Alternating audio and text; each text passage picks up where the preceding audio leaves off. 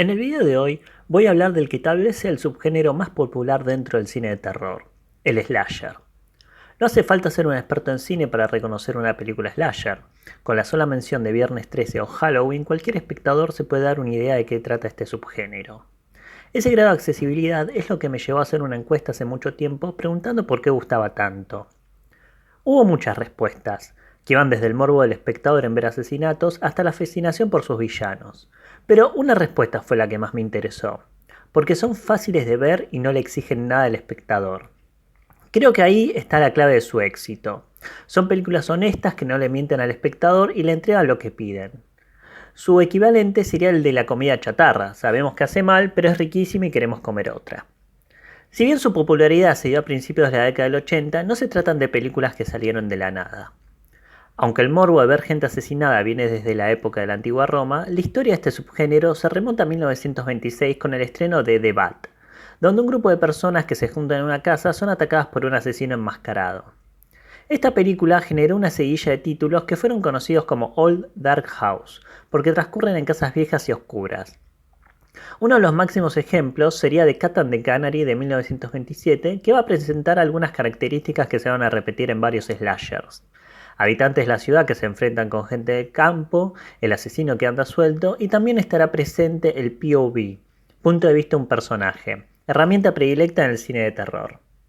Otros dos casos a destacar son The Terror de 1928 y sobre todo 13 Woman de 1932, donde una fraternidad de mujeres es acechada por un asesino que tacha las fotos de cada una.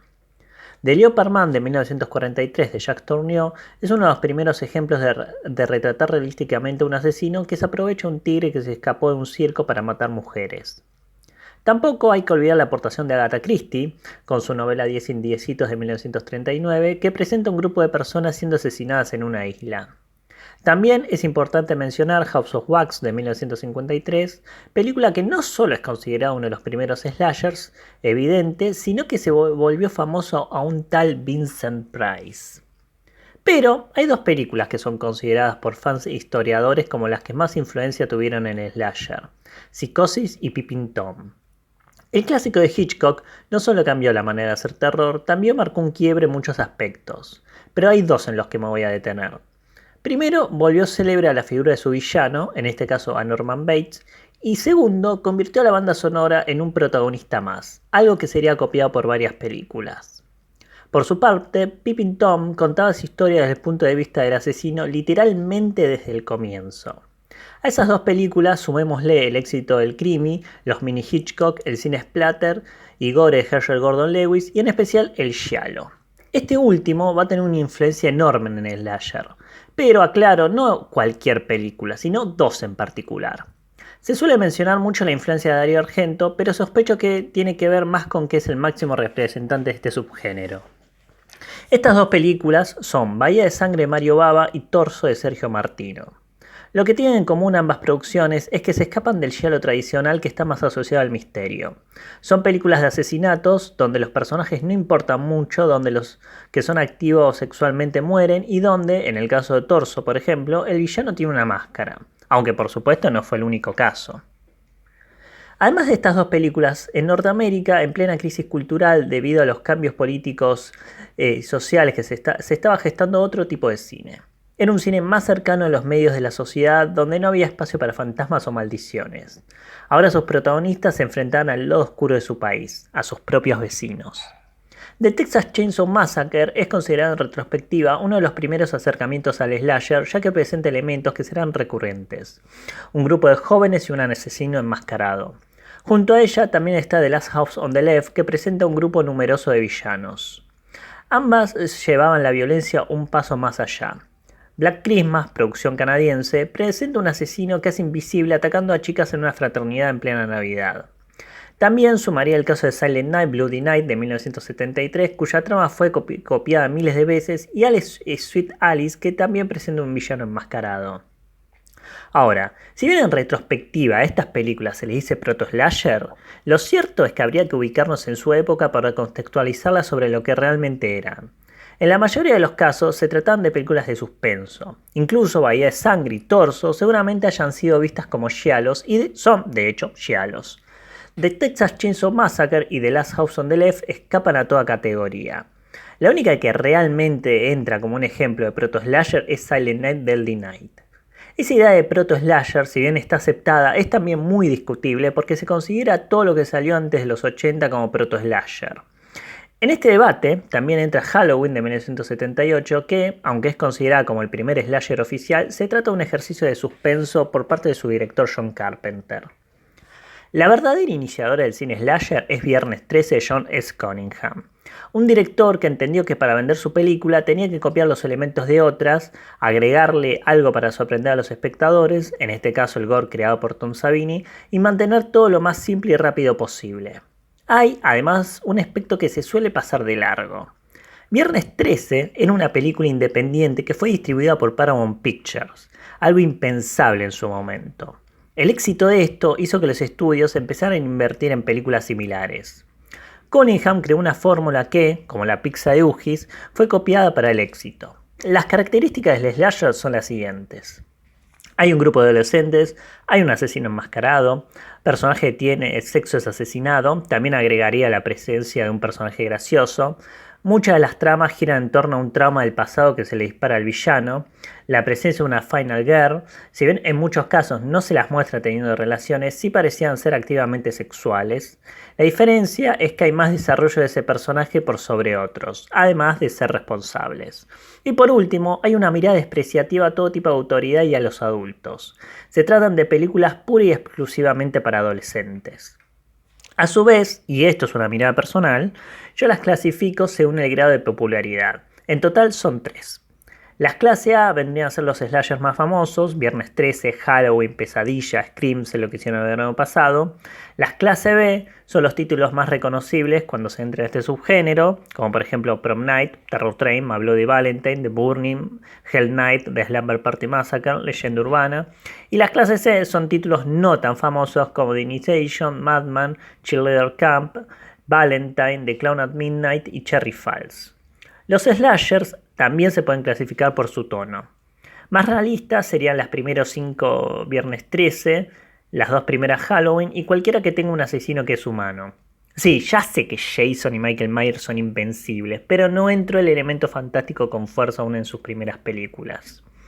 El slasher fantástico es ese que mete elementos que salen de lo normal, como por ejemplo Pesadilla en lo profundo de la noche, Child's Place, The Slasher, Superstition, Leprechaun, e incluso pueden entrar las secuelas de Viernes 13 con su Jason Zombie y Halloween con la trama de la secta. Slashers rurales son aquellas que ocurren en lugares alejados de la ciudad con obvias referencias a The Texas Chainsaw Massacre, el caso más obvio es este y el de sus secuelas, pero también puede entrar la saga Ron Thorn, aunque se mezcla con el subgénero de caníbales. Slashers paródicos son aquellos que se burlan de las reglas del subgénero. Si bien hay casos del comienzo del boom, como por ejemplo Student Bodies, se vuelve definitivamente paródico a mitad de los 80. Y sí, la primera Scary Movie entra en esta categoría. El psycho-thriller son slashers que muestran de entrada al villano y que durante toda la película compartimos su punto de vista, como Maniac, las secuelas de Psicosis y Fade to Black. El slasher fue el subgénero predilecto de la década del 80, más que nada por el éxito de las secuelas de Jason y Freddy. Se ha comentado que el éxito de estas películas se debía a que expresaban los valores del gobierno de Ronald Reagan, y me parece importante discutir esto.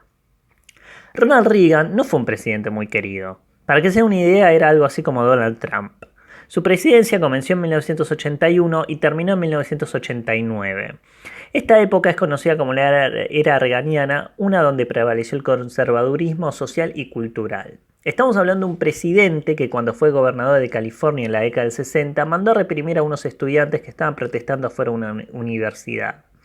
También pasó que muchos realizadores cuya infancia se dio en la década del 50 trajeron una revalorización de esos años que casualmente es recordada por su conservadurismo. El carácter conservador del slasher se debe más que nada a que muchas de estas películas al parecer condenaban a la irresponsabilidad moral, presentaban sus heroínas como puras y virginales a la vez que exaltaban los valores de alguien responsable. Tengamos en cuenta que si bien hay muchos casos así, sin ir más lejos las Viernes 13, no todos los slashers eran así, como demuestra la feminista de Slumber Party Massacre y Nightmare on Elm Street. También hay que mencionar a los slashers hechos en otros países, como Italia, cuyas preocupaciones eran otras, o producciones hechas por directores extranjeros que exacerbaban la cultura americana. La época del oro del slasher llega hasta 1984, siendo 1981 su máximo esplendor, con aproximadamente 36 títulos estrenados. Por ejemplo, Halloween 2 fue la segunda película de terror que más recaudó después de Un hombre lobo americano en Londres. La aparición de las películas directo a VHS generó que se acortaban los presupuestos de muchas películas, a la vez que logró que tuvieran problemas para estrenarse en salas de cine. El desprecio por críticos de cine como Siskel y Ebert, y por sobre todo el escándalo por la aparición de la publicidad de Silent Night, Deadly Night en pleno horario familiar, terminó matando la primera etapa del slasher, que coincidía con el estreno del capítulo final de Viernes 13. La ironía es que el mismo día que se estrenaba Silent Night, Deadly Night, salió otra película que iba a cambiar el curso del slasher. A Nightmare on Elm Street tuvo excelentes críticas en todos los medios. Esta película puso en el mapa a Freddy Krueger y lo convirtió en una figura popular junto a Jason y en menor medida a Michael Myers y Leatherface. A partir de 1985, el slasher pasaría a ser parte de la cultura pop, sacándole lo aterrador a muchos de sus personajes para convertirlos en una maquinaria para vender muñequitos y figuritas. Pero a su vez, Estados Unidos tenía una obsesión con los asesinos seriales, como demuestran el morbo por cubrir el juicio a Ted Bundy y la extensa cobertura de John Wayne Gacy. Lo que terminó matando al slasher de los 80 fue la conglomeración de películas, algunas de muy bajo presupuesto y poca salida comercial. Además de que el subgénero se había vuelto autoparódico al punto de no ser tomado más en serio. Y también volvieron los escándalos y las polémicas, esta vez en torno a la saga de Child's Place y el efecto en el público infantil. Casualmente, el año donde Reagan se despide de la presidencia es el mismo donde se estrenan Jason Toma Manhattan y Nightmare on Elm Street 5 de Dream Child, consideradas en su momento como las peores de la saga y las cuales fueron un fracaso de taquilla. ¿Casualidad? Se considera el estreno del Silencio de los Inocentes como el momento en el que el cine slasher murió. Para que se den una idea, la película de Jonathan Demme fue al slasher lo que Nevermind de Nirvana fue para el hair metal. Pero en realidad el slasher no murió, quedaron sus máximos representantes cuyas películas de despedida fueron un fracaso y también aparecieron otras como Candyman y Leprechaun que lograron revitalizar al subgénero, más allá de que luego se hayan estancado en ser más de lo mismo. En 1996, Wes Craven estrena Scream, que no solo era una película que pensaba en el cine slasher, sino que le servía a su director para explorar ideas que ya había trabajado en la última producción de Freddy Krueger, New Nightmare. El éxito de la película tiene que ver con su contexto. Era la época del cine autoconsciente, la ultraviolencia y la revalorización de subgéneros marginales como Quentin Tarantino venía haciendo. Scream es una película que en realidad piensa en los efectos de la violencia del cine y sobre todo el del terror en los espectadores. Que sea considerada como el mejor slasher de los 90 tiene que ver con que sus motivaciones eran otras. El éxito de Scream disparó que su guionista Kevin Williamson escribiera una película similar pero sin la inteligencia de Wes Craven detrás de la cámara. Sé lo que hicieron el verano pasado es el caso de una película que se contenta con ser un slasher pero más refinado. Algo que pasaría en muchos casos hasta aproximadamente el 2001. Los slashers post-Scream, como se los conoce, no se alejan mucho de sus antecesores, pero sí tienen algunas características que los diferencian. La más evidente es que debido al éxito de Scream, sus protagonistas son actores salidos de series de televisión. En casi todas hay un dejo de autoconciencia, no de saber que está en una película de terror, pero sí de reconocer que existe el cine de género. La puesta en escena es prolija, clara y limpia, se asemejan a capítulos de una serie de televisión. Hay profundidad en las subtramas de los protagonistas, como si hubiera una necesidad de poner drama a los personajes para que no se queden como unidimensionales. Por lo general, sus protagonistas son blancos, algo que se hace con el comienzo de Scream 2, pero lo cierto es que los grandes tres slashers de esa época, Sé lo que hicieron el verano pasado y Leyenda Urbana, tienen pocos o casi ningún personaje de color.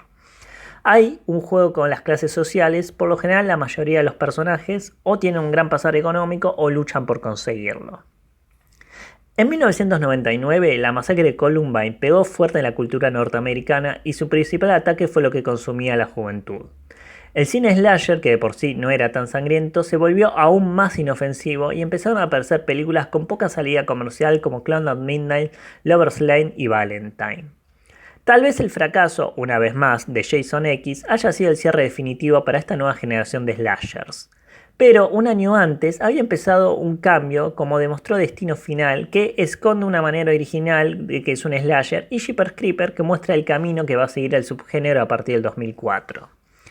En ese año, la administración del presidente Bush, otro que tampoco era muy querido, había encontrado un enemigo para comenzar una guerra, luego del atentado a las Torres Gemelas, lo cual dio pie a que el cine de terror empezara a ver a la década del 70 como influencia, aunque esta vez pasaba por un filtro moderno. House of Thousand Corpse de Rob Zombie busca esta estética entre slasher y terror de los 70. The Texas Chainsaw Massacre se conforma con ser una reinvención en clave slasher de la original. Brown Thorn es un homenaje a las películas de Citadinos al bosque y con poca historia. Lo que diferencia estas películas es que parecen estar concentradas en querer entender qué hacía de especial a esa otra época, a su vez que parecieran querer tapar de que se tratan de slashers. El cine slasher va a volver con fuerza de la mano de Europa con películas que le dan espacio al gore como Haute Detention, Creep, Inside y Eden Lake. Es cierto igual que estas películas son medio híbridos que pueden ser vistas como partes de otros subgéneros, pero las influencias en el eje son claros. A su vez, el 2006 parece haber sido un año fructífero para el cine slasher debido a los títulos de culto que salieron. All the Boys Love Mandy, The Rise and Falls of Leslie Vernon, Hatchet, The Tripper, See No Evil y Dark Ride. La mitad de la década del 2000 dio pie a la propagación de remakes y reboots de muchos clásicos de los 70 y 80 como The Hills Have Eyes, My Bloody Valentine, The Last House on the Left, Sorority Row, Prom Night, Nightmare on Elm Street y My Bloody Valentine. Una vez más, el fracaso de la reboot de Viernes 13 capaz haya sido sinónimo del fin de una era.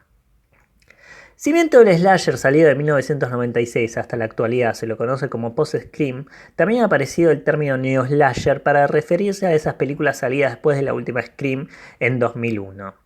En la actualidad el slasher sigue existiendo, aunque disfrazándose según la ocasión. En sintonía con los cambios sociales, como pasa en Halloween del 2018, como estética indie en It Follows del 2015, o como un caso de metalenguaje en The Town That Dread Sundown del 2014. O incluso como un homenaje al cine de explotación en Terrify, que irónicamente es la única que propone un nuevo villano en la lista, Art the Clown. Hoy en día el slasher es autoconsciente y de eso capaz nunca salga. ¿Por qué me gusta a mí?